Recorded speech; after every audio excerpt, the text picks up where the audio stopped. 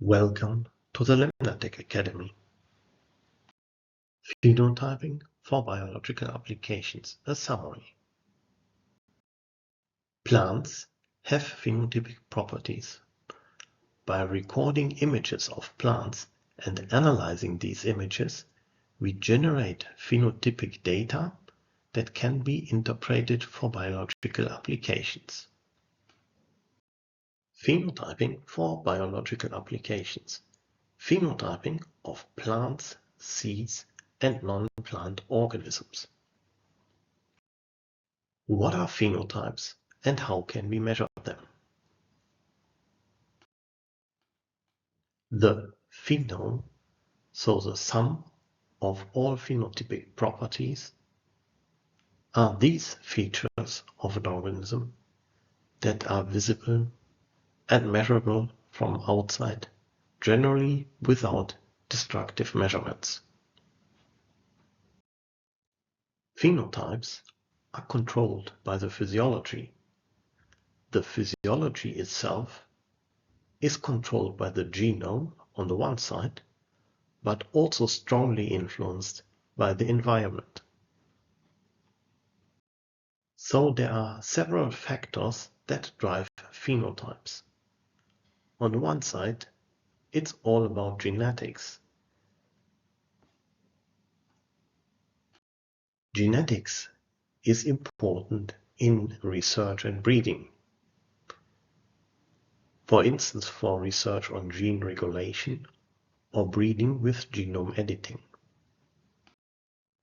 On the other side, there are environmental factors.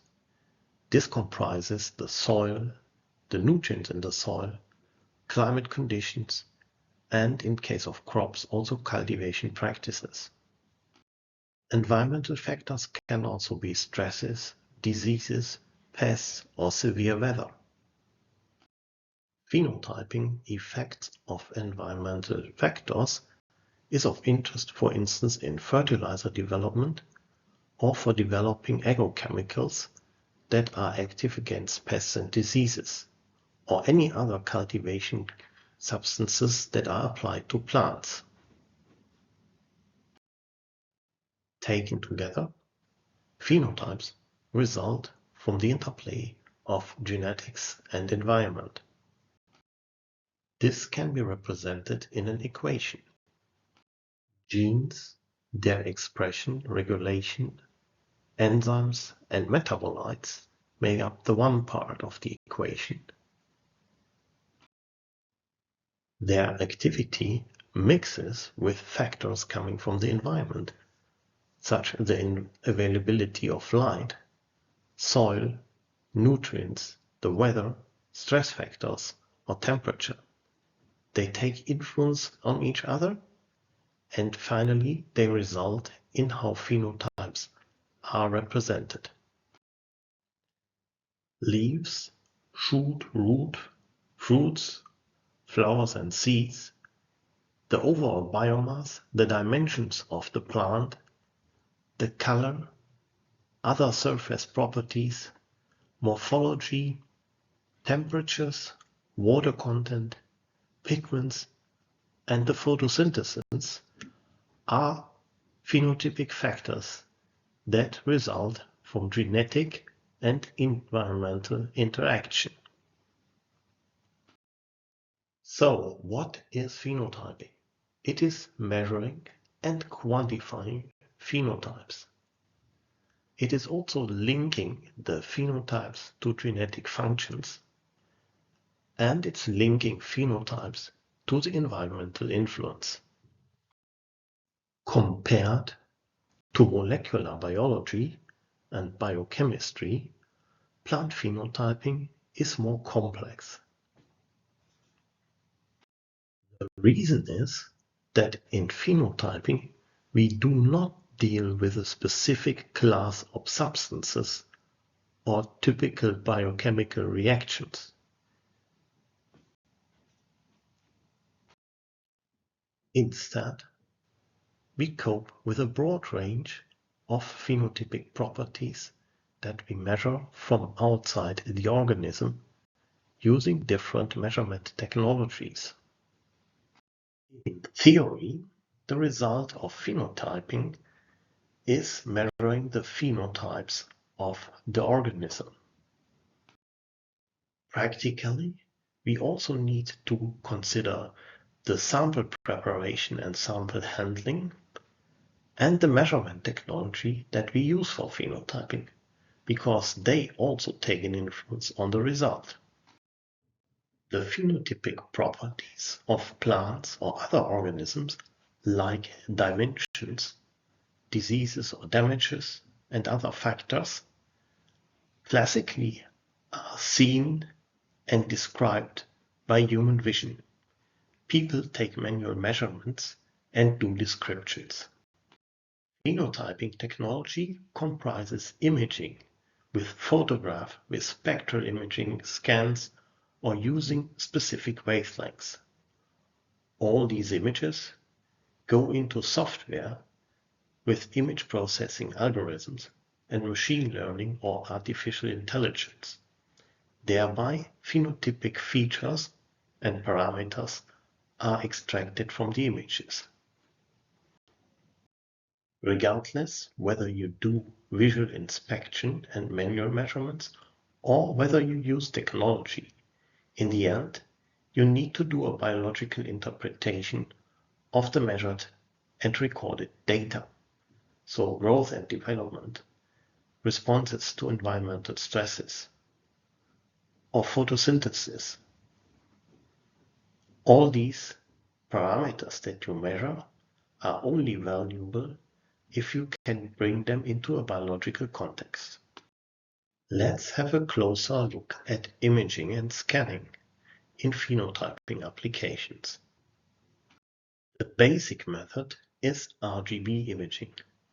This serves for morphological phenotyping or color-based analysis. Infrared and near-infrared imaging are useful for water stress and surface temperature assessments. Fluorescence imaging serves to assess photosynthesis-related parameters, or it can be used to record the abundance of fluorescent biomarkers. Moreover, it serves as indicator of stresses and diseases. With laser scanning, we can generate 3D representations of the samples and use them for morphological and structural analysis. Two types of spectral imaging can be used for phenotyping: hyperspectral and multispectral imaging. Hyperspectral is a scanning imaging method. Here, continuous spectra are recorded in data cubes. They serve for physiological and biochemical phenotyping. In multispectral imaging, distinct wavelengths are imaged. So you have less data compared to hyperspectral imaging, but the image acquisition is much faster. You can use it for vegetation indices, stress and disease assessments, or physiological phenotyping. Luminescence imaging, similar to fluorescence imaging, can be used to assess labeled biomarkers, metabolites or microbes.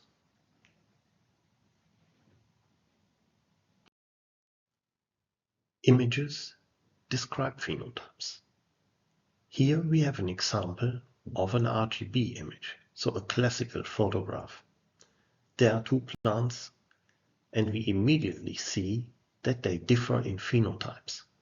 The one plant is larger, the other is smaller, and also the surface colors look a bit different. After taking an image, images are processed via image processing software. This is a stepwise process consisting of image segmentation, detecting of the target object, measurement of the object properties, and data output. To carry out the processing, a programming is required. that runs the steps from the input image to the data output. Here, an example programming is shown written in LemnaGrid. Instead of a command line programming, image processing devices are combined on a graphical interface, and each device carries out a step in image processing. Thereby, programming image processing is made accessible also to non-computer experts.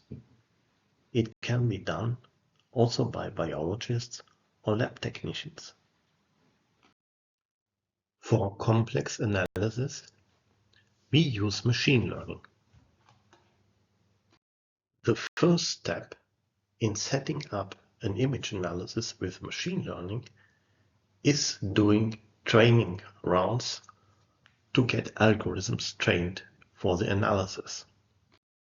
Therefore, a series of sample images is recorded and labels are set in the image to mark the desired features that should be analyzed.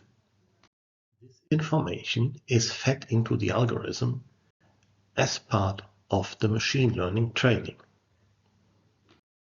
Usually, it requires some labeling and training rounds before the machine learning model is ready to classify images.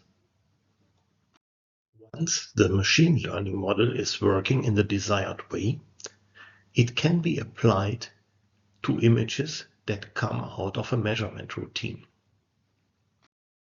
There, the trained algorithms do classification processes to determine phenotypic features of the samples.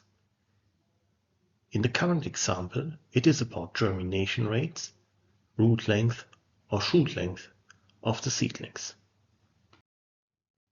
Taken together, phenotyping consists of recording images and processing the images for a data output. Typical phenotyping systems consist of imaging devices and image processing software. So the phenotyping system does the image recording and image processing and delivers parameters. In the next step, it is up to the user to use the parameters that come out of the phenotyping system to do biological interpretation. This means, with prior knowledge about the samples, the newly generated measurement data can be interpreted in functional ways.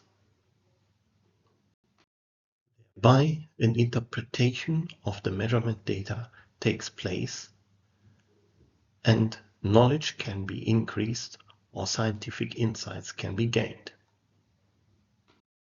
Of course, it is also possible to use the data to do a rating of samples in an industrial context.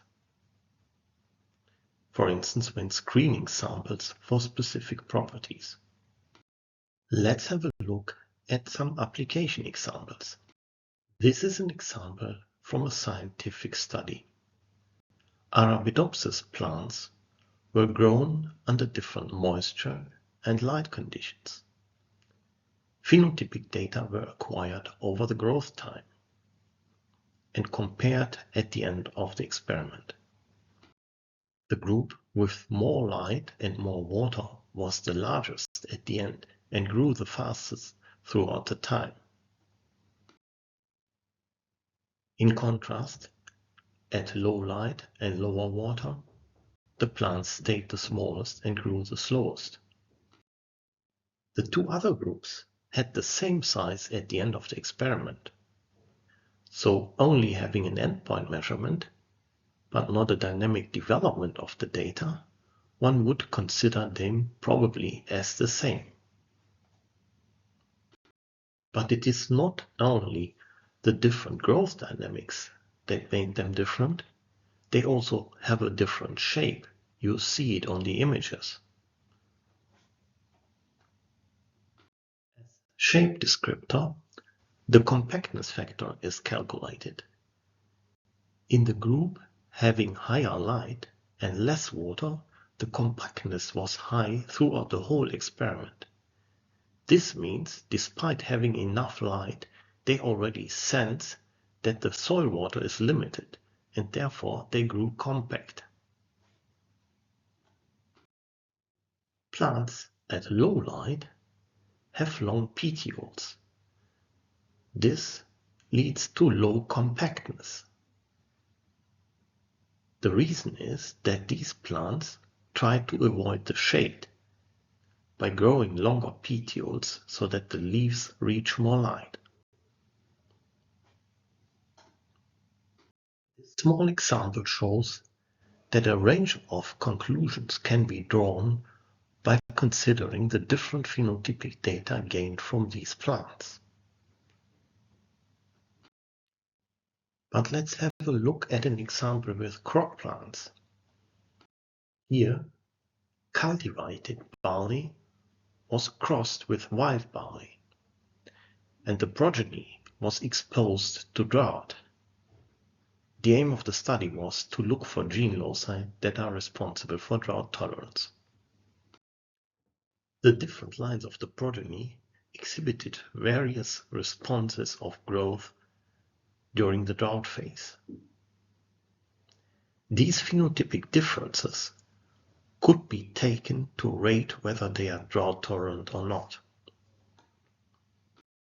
With information about the genetic features of the different lines that came out of the crossing, it was possible to assign drought tolerance based on phenotypic data to genetic loci. Finally, drought tolerance QTLs were determined during the study and published in a paper. We have seen examples with Arabidopsis and barley. But is it applicable to other plant species? Clearly, yes. Applying phenotyping technology is not depending on plant species. The limits are set by the optical setups that can take images of a certain size. So if the plant is too big for imaging or too small for the given optics, then it doesn't work, but you can change the optics and, for instance, do a small scale or large scale image. Also on software levels, analysis capabilities can be adapted to virtually every plant species. Plant phenotyping is important in breeding. We have seen that already. But not only the direct drawing of conclusions from phenotypic data is commonly used in plant breeding. Plant breeders also use prediction models that are set up based on phenotypic data. Hereby, frequently data from young plants are considered and estimations are made how these plants will perform in future as fully grown and flowering or fruiting plants. As you see on the images, fully grown fruit-carrying plants are hard to phenotype because they are large and do not fit well for photographing and image processing, at least not at complete individual level. Moreover, it takes a long time until the plants have reached that stage. So working with small seedlings and young plants is much faster and more convenient for the measurement process. But of course, the mathematical models need to be validated whether they really do a prediction for the fully grown plant or not. In some cases, using large-scale phenotyping technology, it is also possible to phenotype the complete life cycle of plants. In the example, cereal plants, so wheat in this case, were grown in so-called mini-plot boxes. These boxes are soil-filled and seeds of the wheat plants were sown inside in a density as it would also appear on the field. The boxes were carried via a transportation system into imaging cabinets, and there images were recorded and processed for phenotypic data. This process was repeated from the germination of the plants until ripeness, so the complete life cycle of the crop. The resulting dataset contains data on all relevant growth stages of the plants, so it is highly valuable in agronomical research. We reach the end of the presentation that introduces plant phenotyping and its applications. We are back at the summary. Plant phenotypes are recorded by imaging technology, and images are processed via software. The resulting data can be interpreted for biological applications. I am Markus Jansen, application scientist at LemnaTec. LemnaTec is a global leader in digital plant phenotyping. We provide tools to record and analyze phenotypic data from samples at laboratory levels, in greenhouses and growth rooms, or outdoor. LemnaTec is part of the Nynomic group of companies. LemnaTec has customers in research and industry all over the world.